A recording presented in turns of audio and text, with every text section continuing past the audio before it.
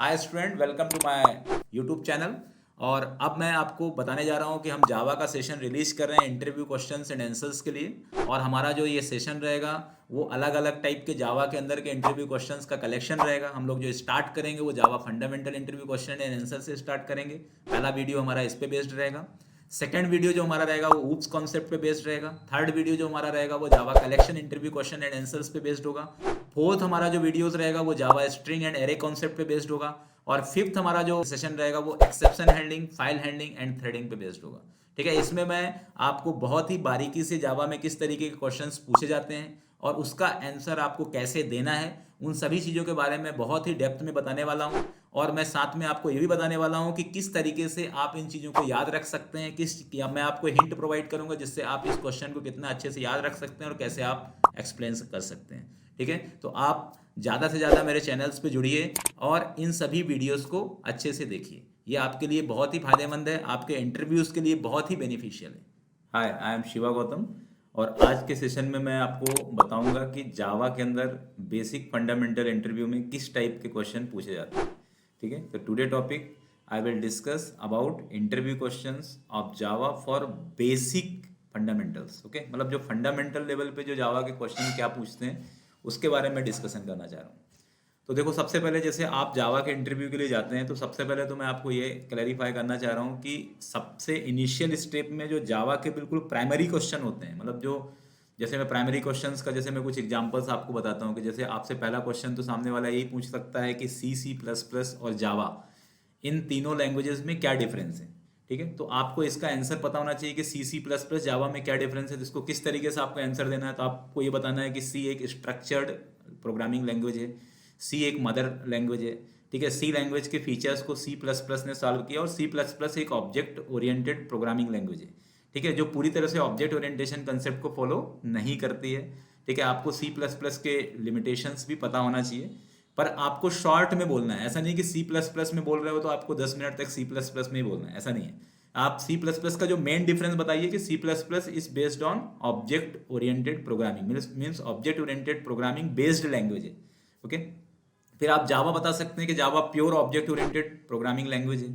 तो इस तरीके से आप डिफरेंस C++ जावा में बता सकते हो। मैं दूसरा डिफरेंस आप बता सकते हो कि सी के अंदर जो मेमोरी एलोकेशन है that is completely compile time memory allocations and external memory we can create, but it is not stored dynamically. ठीक है, it is not sufficient for dynamic programming, आप ये बोल सकते हो। ठीक है, तो सी के अंदर आप ये बोल सकते हो कि C is mostly content static memory. C++ is semi dynamic. Semi dynamic मतलब C++ पूरी तरह से डायनेमिक नहीं है। C++ के अंदर जो मेमोरी एलोकेशन से यदि अपन बात करें तो वो उसमें रेफरेंस टाइप का जो मेमोरी एलोकेशन आप कर सकते हो, साथ में वो सी के पैटर्न में ही मेमोरी को मैनेज करता है। जावा के अंदर दोनों टाइप की मेमोरी है। जावा के अंदर आपको स्टैटिक मेमोरी भी मिलेगी और जावा के अंदर आपको डायनेमिक मेमोरी मिलेगी। तो मतलब मेमोरी में डिफरेंस आप बता सकते हो C++ और जावा में। तीसरा, आप सिक्योरिटी में बता सकते हो कि सी लैंग्वेज में पॉइंटर सपोर्टेड है। ठीक है, पॉइंटर जो होता है वो प्रोग्राम को अनसिक्योर करता है। C++ के अंदर भी पॉइंटर सपोर्टेड है कुछ पॉइंट ऑफ व्यू से, पर C++ के अंदर क्या है, रेफरेंस हम यूज करते हैं पॉइंटर के स्थान पे या पॉइंटर के जगह पे। जावा के अंदर क्या है, पॉइंटर सपोर्टेड नहीं है। जावा इसलिए क्या है, सिक्योर्ड है। ठीक है, इसके बाद आप प्रोग्रामिंग कोड की बात करें कि सी जो है उसके अंदर सिर्फ एक सिंगल कंपाइलर है, मतलब सी एक कंपाइलर बेस्ड लैंग्वेज है। C++ भी एक कंपाइलर बेस्ड लैंग्वेज है। इसको अपन क्या बोलते हैं, C++ को मिडिल लेवल लैंग्वेज भी बोलते हैं, क्योंकि इनके अंदर एक सिंगल कंपाइलर या ही यूज होता है। ठीक है, जैसे आप C++ को कंपाइल करते हैं तो पूरा का पूरा जो कोड होता है वो मशीन के अंदर क्या हो जाता है, कन्वर्ट हो जाता है, मशीन कोड में कन्वर्ट हो जाता है। पर जावा के अंदर क्या होता है, जावा के अंदर क्या है, इंटरमीडिएट कंपाइलर्स भी यूज किया जाता है और जावा का खुद का भी कंपाइलर है। तो जावा को जब आप कंपाइल करते हो तो कंपाइलेशन के बाद बाइट कोड क्रिएट होता है, और ये बाइट कोड जो है वो प्रोसेस किसके थ्रू किया जाता है, जेवीएम के थ्रू किया जाता है। ठीक है, एक लास्ट डिफरेंस आप प्लेटफॉर्म मतलब ऑपरेटिंग सिस्टम डिपेंडेंसी का बता सकते हो कि C++ ओएस डिपेंडेंट होते हैं, जावा ओएस इंडिपेंडेंट होता है। तो 3 या 4 डिफरेंसेस जो मेजर डिफरेंसेस हैं वो डिफरेंस आपको बताना है, ना कि आपको पूरा कंप्लीट डिफरेंस बताना है, जैसे 10 डिफरेंस या 12 डिफरेंस या 15 डिफरेंस नहीं बताना है। जो भी क्वेश्चन के आंसर दें आप ज़्यादा ज़्यादा 3 या 4 पॉइंट्स में दें तो वो आपके इंटरव्यूज के लिए ज़्यादा इफेक्टिव होगा। ठीक है, इसके बाद मैं नेक्स्ट क्वेश्चन आपसे पूछता हूँ। जावा इंटरव्यू में ये बिल्कुल कॉमन क्वेश्चन है कि what is the default package of Java. Java का डिफॉल्ट पैकेज क्या होता है। तो डिफॉल्ट पैकेज मतलब जावा का डिफॉल्ट पैकेज मतलब एक ऐसा पैकेज जो जावा के अंदर बाय डिफॉल्ट इंक्लूड होता है, that package name is Java dot lang. तो जावा का जो डिफॉल्ट पैकेज होता है ये जावा डॉट लैंग है। ये जावा का बिल्कुल बेसिक इंटरव्यू क्वेश्चन है। इसके बाद next question, explain system dot out dot println. System dot out dot println क्या होता है? ये भी एक जावा का बिल्कुल एक प्राइमरी क्वेश्चन है, बिल्कुल एक बेसिक क्वेश्चन है जो हर इंटरव्यू में पूछा जाता है। तो इसको भी आपको एक्सप्लेन करते आना चाहिए। तो सिस्टम क्या होता है? आपका एक क्लास है जावा डॉट लैंग पैकेज का, जिसका मेन काम क्या है? सिस्टम एक्टिविटी, मतलब ओएस से रिलेटेड जितने भी आपको सेटिंग्स करना है, कोई प्रॉपर्टी सेट करना है ऑपरेटिंग सिस्टम के अंदर, यदि आपको कोई इनपुट को मैनेज करना है, आउटपुट को मैनेज करना है, तो ओएस रिलेटेड जितने भी टास्क होते हैं जावा के अंदर वो अपन किससे करते हैं? सिस्टम क्लास से करते हैं। ठीक है, कॉन्फ़िगरेशन करने के लिए भी इसका यूज होता है। आउट क्या है आपका? आउट एक रेफरेंस वेरिएबल है जो प्रिंट स्ट्रीम क्लास का है, मतलब प्रिंट स्ट्रीम टाइप का रेफरेंस वेरिएबल है क्या? आउट। और प्रिंटलन क्या है? एक मेथड है जो प्रिंट स्ट्रीम क्लास के अंदर क्या है? एग्जिस्ट है। तो println is the predefined method that exist under print stream class. तो इस तरीके से आप इनको डिफाइन कर सकते हो। ओके, इसके बाद इंटरव्यूअर्स आपसे पूछ सकता है कि पब्लिक स्टैटिक वॉइड मेन, जो अपन मेन मेथड बनाते हैं जावा के अंदर, उसके अंदर स्ट्रिंग एआरजीएस हम क्यों पास करते हैं, या what is the meaning of string ARGS in main method. तो देखो स्ट्रिंग एआरजीएस क्या होता है? ये स्ट्रिंग टाइप का एक एरे टाइप का एक स्ट्रिंग पैरामीटर्स है, मतलब अपन बोल सकते हैं कि ये स्ट्रिंग एरे पैरामीटर्स बोल सकते हैं, जिसका मेन काम होता है कमांड लाइन इनपुट के लिए। मतलब कमांड प्रॉम्प्ट से यदि आपको किसी भी टाइप का कोई इनपुट लेना है तो वहां पर आप स्ट्रिंग एआरजीएस का यूज कर सकते हैं। हालांकि अब कमांड लाइन से जो इनपुट लेने वाले सॉफ्टवेयर्स बहुत कम है, लेकिन जब भी आपको कमांड प्रॉम्प्ट से इनपुट लेना है तो स्ट्रिंग एआरजीएस का यूज हम कर सकते हैं। ओके, तो ये एक क्वेश्चन है, ये भी एक बहुत ही इंपॉर्टेंट क्वेश्चन है। इसके बाद एक क्वेश्चन और पूछा जाता है बिल्कुल फंडामेंटल में कि without main method class will compile और नॉट। बिना मेन मेथड के क्लास कंपाइल होगा कि नहीं होगा? तो देखो विदाउट मेन मेथड के अंदर यदि आप मेन मेथड किसी क्लास में नहीं बनाते हैं तो मेन का क्लास के कंपाइलेशन से कोई मतलब नहीं है, क्योंकि कंपाइलेशन का मतलब कन्वर्जन होता है। ठीक है, एक लैंग्वेज से दूसरे लैंग्वेज में कन्वर्ट होने को बोलते हैं कंपाइलर। तो कंपाइलर एक लैंग्वेज कन्वर्टर होता है। तो मेन मेथड यदि आप बनाते हैं या मेन मेथड नहीं बनाते हैं, इसका कंपाइलर से कोई लेना देना नहीं है। तो इसका आंसर सीधा होगा कि without main method program will compile but not execute. लेकिन एग्जीक्यूट नहीं होगा, क्योंकि एग्जीक्यूशन के लिए किसकी रिक्वायरमेंट होती है? मेन मेथड की रिक्वायरमेंट होती है। Okay, Java is 100% object oriented और नॉट। ये क्वेश्चन भी पूछा गया है प्राइमरी इंटरव्यू, मतलब बेसिक इंटरव्यू क्वेश्चंस में। तो जावा इज नॉट 100%। देखो 100% ऑब्जेक्ट ओरिएंटेड जावा नहीं है। उसका रीजन, सबसे बड़ा रीजन तो यही होता है कि जावा के अंदर प्रिमिटिव टाइप सपोर्ट है। जावा प्रिमिटिव डेटा टाइप को सपोर्ट करता है, इसलिए वो 100% ऑब्जेक्ट ओरिएंटेड नहीं है। और प्रिमिटिव डेटा टाइप आपको पता होगा कि प्रिमिटिव डेटा टाइप में इंट आता है, कैर आता है, फ्लोट आता है, ये सब प्रिमिटिव टाइप है। इसलिए हम बोल सकते हैं कि जावा 100% ऑब्जेक्ट ओरिएंटेड नहीं है। ओके, इसके बाद क्वेश्चन आपसे पूछा जा सकता है कि what is JIT, JVM, Java interpreter. ये JVM से रिलेटेड क्वेश्चन है।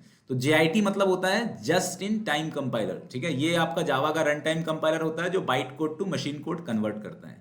JVM जावा का वर्चुअल मशीन है। It is the heart for Java run time environments. ठीक है, JRE के अंदर का जो सबसे इंपॉर्टेंट कंपोनेंट होता है वो JVM होता है। ठीक है, JVM stand for Java virtual machine. ठीक है, JVM के अंदर ही JIT और जावा इंटरप्रेटर होते हैं। देखो इंटरप्रेटर अलग होता है और JIT अलग होता है। JIT एक कंपाइलर है जावा का, रन टाइम कंपाइलर। और जो जावा का जो इंटरप्रेटर होता है, ये आपके जावा के अंदर का जो कोड है, जो आपका मतलब आप बोल सकते हैं रन टाइम का जावा कोड है, उस कोड को लाइन बाय लाइन रीड करने का काम किसका होता है? जावा इंटरप्रेटर का होता है। इसके बाद नेक्स्ट क्वेश्चन है what is explicit and implicit conversion. ठीक है, इसको अपन बॉक्सिंग अनबॉक्सिंग भी बोलते हैं। तो इसका ये क्वेश्चन भी बहुत पूछा जाता है। तो इसका मेन काम ये होता है, एक्सप्लिसिट मतलब जिसको हमें मैनुअली कन्वर्ट करना पड़ता है। जैसे कोई ऑब्जेक्ट क्लास है और यदि इसको आप प्रिमिटिव टाइप में कन्वर्ट करेंगे, ऑब्जेक्ट को इंटीजर में कन्वर्ट करना, that is called explicit. Integer को ऑब्जेक्ट में रखना, that is called implicit. Okay, और जितने भी प्रिमिटिव टाइप्स हैं उनको रैपर क्लासेस के अंदर असाइन करना, ये भी आपका एक तरह से इम्प्लिसिट के अंदर ही आता है। ठीक है, इम्प्लिसिट को अपन बॉक्सिंग बोलते हैं, एक्सप्लिसिट को अपन अनबॉक्सिंग बोलते हैं। ठीक है, और ऑटो बॉक्सिंग कंसेप्ट भी होता है जो कलेक्शन फ्रेमवर्क में या कलेक्शन क्लासेस में यूज होता है। कलेक्शन क्लासेस में यदि आप कोई प्रिमिटिव टाइप का डेटा लेते हैं तो ऑटोमेटिकली वो ऑब्जेक्ट टाइप में कन्वर्ट हो जाता है। तो that is the implementation, that is called auto boxing features. ठीक है, तो इस तरीके से आप बता सकते हैं। What is the instance type, static type variable. Instance type या नॉन स्टैटिक एक ही है, जिसको हम डायनेमिक वेरिएबल भी बोलते हैं। बिना किसी स्टैटिक कीवर्ड का यूज किए हुए यदि आप वेरिएबल डिक्लेयर करते हैं क्लास के अंदर या किसी इंस्टेंस मेथड के अंदर, तो वो इंस्टेंस टाइप का वेरिएबल होता है और ये वेरिएबल जो होता है ना वो ऑब्जेक्ट के थ्रू ही कॉल होता है। इंस्टेंस टाइप वेरिएबल को बिना ऑब्जेक्ट के आप कॉल नहीं कर सकते। लेकिन जो स्टैटिक वेरिएबल होता है ये क्लास टाइप का वेरिएबल भी बोलते हैं, नॉन ये स्टैटिक वेरिएबल क्लास टाइप का वेरिएबल दोनों एक ही बात है। और इसके लिए स्टैटिक कीवर्ड की रिक्वायरमेंट मतलब स्टैटिक मॉडिफायर की रिक्वायरमेंट होती है। ये वेरिएबल ऐसे होते हैं जो कंपाइल टाइम मेमोरी एलोकेशन करते हैं, कंपाइलेशन के जस्ट बाद जो क्लास के अंदर जो क्रिएटेड मेमोरी है उसी में वो क्या करेंगे, अपने डेटा को स्टोर करेंगे। इसको ऑब्जेक्ट से कॉल करने की कोई जरूरत नहीं होती है, ठीक है। और स्टैटिक मेमोरी के अंदर जो होता है ना थ्रू आउट द प्रोग्राम, इसके अंदर एक ही मेमोरी स्पेस क्रिएट होती है इसके अंदर, लेकिन आप डेटा चेंज कर सकते हो। स्टैटिक में ऐसा नहीं है कि आप डेटा चेंज नहीं कर सकते, ठीक है, डेटा चेंज कर सकते हो लेकिन मेमोरी आपकी क्या रहेगी, कांस्टेंट रहेगी। तो हम बोल सकते हैं कि static means constant memory based variables and instance means the memory can be created at the run time based on object, ठीक है। तो ऑब्जेक्ट के बेसिस में हम मेमोरी लगातार क्रिएट कर सकते हैं, that is called instance type. तो ये भी एक कॉमन क्वेश्चन है। The next question is JVM. JVM के ऊपर क्वेश्चन पूछा जाता है कि जेवीएम इज प्लेटफॉर्म डिपेंडेंट और प्लेटफॉर्म इंडिपेंडेंट, ठीक है। तो जेवीएम जो होता है ना, देखिए ये प्लेटफॉर्म डिपेंडेंट होता है, JVM is not a platform independent. JVM जो है हर ऑपरेटिंग सिस्टम के लिए अलग अलग होता है। यदि आप विंडोज ओएस की बात करें तो इसका जेवीएम अलग रहेगा, लिनक्स ऑपरेटिंग सिस्टम का जेवीएम अलग रहेगा, मैक ऑपरेटिंग सिस्टम का जेवीएम अलग रहेगा।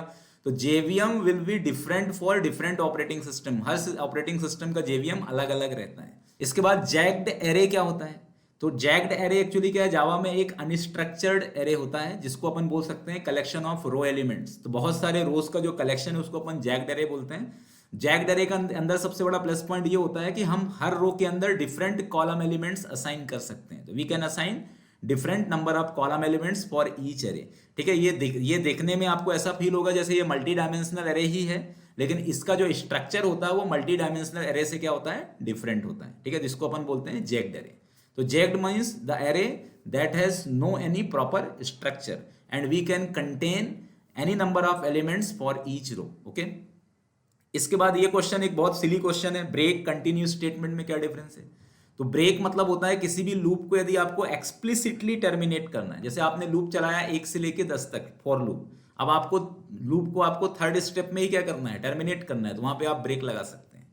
कंटिन्यू का मतलब ये होता है कि यदि आप चाहते हैं कि लूप को आपको लूप का जो नेक्स्ट इटरेशन है या जो नेक्स्ट स्टेप है उससे आप लूप को स्किप कराना चाहते हैं, ठीक है, आप चाहते हैं कि लूप जो है वो नेक्स्ट स्टेप में जाए ही नहीं, तो अपन अब कंटिन्यू कर सकते हैं। कंटिन्यू का मतलब ये होता है कि loop will ignore the statement that satisfy the condition. जैसे मैंने i इक्वल्स टू 1 से लेके 10 तक लूप चलाया, अब i इक्वल टू 3 में मैंने कंटिन्यू लगाया, जैसे कंटिन्यू होगा 3 में तो लूप अब नीचे जाएगा ही नहीं। कंटिन्यू किया मतलब वापस से वो नेक्स्ट स्टेशन में चला जाएगा, मतलब 3 में नहीं जाएगा, वो 4 में चला जाएगा। तो इससे 3 क्या हो जाएगा, आपका स्किप हो जाएगा। तो आउटपुट में क्या आएगा, 1 2 4 5 6 7 8 9 10, ठीक है, मतलब 3 को स्किप कर दिया। तो आप ये भी बोल सकते हो कि यदि आपको किसी भी स्टेटमेंट को या किसी भी लॉजिक ब्लॉक को या किसी ब्लॉक को यदि आपको स्किप कराना है तो वहां पर आप कंटिन्यू स्टेटमेंट का यूज कर सकते हैं। इसके बाद एक और कॉमन क्वेश्चन है बेसिक का कि डबल इक्वल ऑपरेटर्स मतलब इक्वल ऑपरेटर्स और इक्वल्स मेथड में क्या डिफरेंस है जावा में।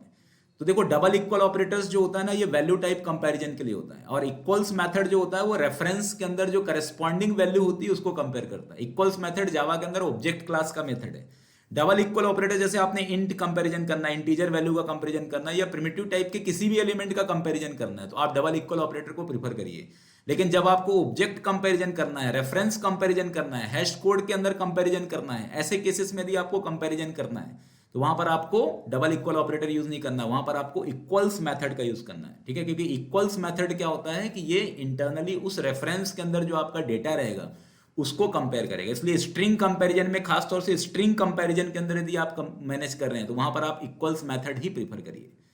What is infinite loop. Infinite loop Java में बना सकते हैं कि नहीं बना सकते, बिल्कुल बना सकते हैं। आप फॉर लूप बनाइए, फॉर के अंदर 2 सेमीकोलन लगाइए, फॉर सेमीकोलन एंड सेमीकोलन, ठीक है। आपको फॉर लूप के अंदर क्या करना है, बस 2 सेमीकोलन लगाना है। जैसे मैं आपको इसका स्ट्रक्चर बता देता हूं कि कैसे बनाना है। आप यहाँ पे नॉर्मल फॉर लिखिए, ठीक है, 1 सेमीकोलन लगा दिया, 2 सेमीकोलन लगा दिया, ये आपका ये जो फॉर लूप है इसे अपन इनफाइनाइट लूप फॉर लूप बोलते हैं, ठीक है। तो दिस इज इनफाइनाइट मतलब एक ऐसा लूप जिसके अंदर कोई कंडीशन नहीं है, that is called infinite for loop, okay. इस तरीके से हम मैनेज कर सकते हैं।